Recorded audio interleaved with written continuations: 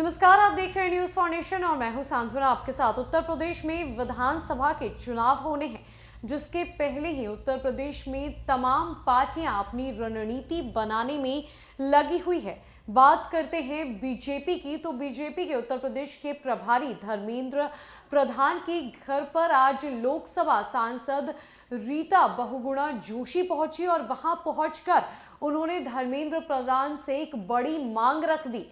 बता दें कि रीता बहुगुणा जोशी लोकसभा सांसद हैं बीजेपी से और अब वो अपने बेटे मयंक जोशी के लिए विधानसभा चुनाव को लेकर टिकट चाहती हैं। इस पूरे टिकट को लेकर वो लगातार बीजेपी पार्टी पर दबाव बना रही है। ऐसे में धर्मेंद्र प्रधान का ये कहना है कि रीता बहुगुणा जोशी लगातार पार्टी पर प्रेशर डाल रही है और ये संभव नहीं है कि उनके बेटे को टिकट दिया जाए। आपको बता दें कि जहां एक तरफ कई ऐसे बड़े नेता हैं जिनके बेटे को टिकट दिया गया है बीजेपी पार्टी की तरफ से, उसमें रक्षा मंत्री राजनाथ सिंह के बेटे भी शामिल है, लेकिन पार्टी का यह कहना है कि ये बिल्कुल नामुमकिन है, यह असंभव है कि सभी नेताओं के बेटियों को पार्टी की तरफ से टिकट दिया जाए। ऐसे में पार्टी अपनी पॉलिसी के तहत ये तय करती है कि कौन से उम्मीदवार किस सीट के लिए बेहतर है और किन चेहरों को चुनाव के समय टिकट दिया जाए। लगातार बहुगुणा जोशी की तरफ से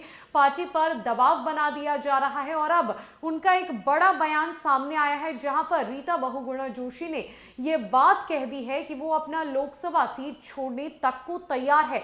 ऐसे में अगर बीजेपी पार्टी मयंक जोशी को इस बार चुनाव का टिकट देती है तो वो अपना लोकसभा सीट भी छोड़ देंगी।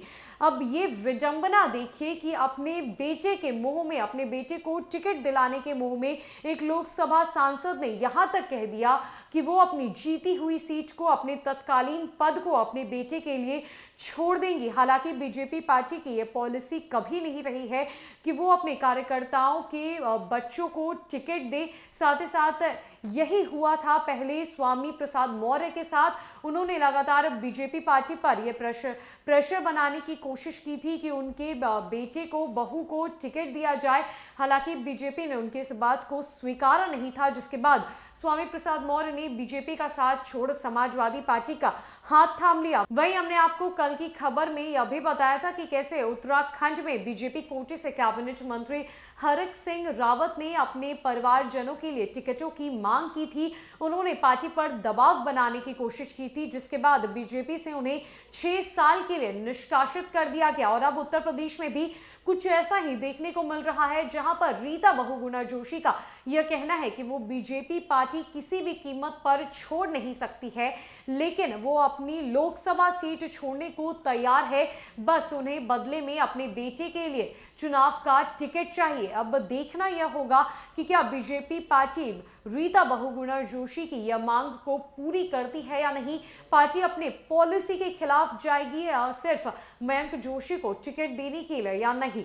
ऐसे में अपर्णा यादव भी लगातार कैंट पर टिकट के लिए दावेदारी ठोक रही है। अपर्णा यादव का यह भी कहना है कि अगर बीजेपी पार्टी उन्हें कैंट सीट से टिकट दे देती है तो वो समाजवादी पार्टी का साथ छोड़कर बीजेपी में शामिल हो जाएंगे। ऐसे में अपर्णा यादव समाजवादी पार्टी के मुखिया मुलायम सिंह यादव की छोटी बहू है और अब रीता बहुगुणा जोशी भी कैंट सीट पर दावेदारी ठोकती हुई नजर आ रही है और अपने बेटे मयंक जोशी के लिए उसी सीट पर वो टिकट चाहती है। वो उनका ये कहना है कि उनके बेटे मयंक जोशी को सिर्फ और सिर्फ कैंट सीट पर ही टिकट मिलनी चाहिए। इसके लिए आज उन्होंने धर्मेंद्र प्रधान के घर जाकर उनसे मुलाकात की। इस पूरे विषय पर उन दोनों के बीच गंभीर चर्चा की गई। हालांकि क्या कुछ हुआ है उन दोनों के बीच, आखिरकार क्या डिसीजन लिया गया है, ये अभी तक सामने नहीं आया है। लेकिन ऐसे में आपको पर्दे के पीछे का खेल समझना होगा कि आखिरकार ये कैसी राजनीति चल रही है, ये कैसी रणनीति बनाने की कोशिश की जा रही है, क्या कुछ होगा उत्तर प्रदेश के इस विधानसभा चुनाव में। और ये पहली बार देखने को मिल रहा है कि अपने बाल बच्चों के मुंह में जो नेता है, जो दिग्गज नेता है, वो पार्टी का साथ छोड़ रहे हैं। और अब रीता बहुगुणा जोशी ने भी इस बात का ऐलान कर दिया है कि वो अपनी लोकसभा सीट को छोड़ने के लिए पूरी तरीके से तैयार है, लेकिन शर्त यह रखी गई है कि उनके बेटे मयंक जोशी को कैंट सीट से टिकट दिया जाए। क्या कुछ होगा उत्तर प्रदेश की राजनीति में आने वाले समय में, और भाजपा की तरफ से क्या कुछ डिसीजन लिया जाएगा, यह अभी आधिकारिक तौर पर सामने नहीं आया है। फिलहाल के लिए इस खबर में इतना ही है। कई अपडेट्स के लिए हमारे साथ बने रहे न्यूज़ फॉर नेशन में। नमस्कार।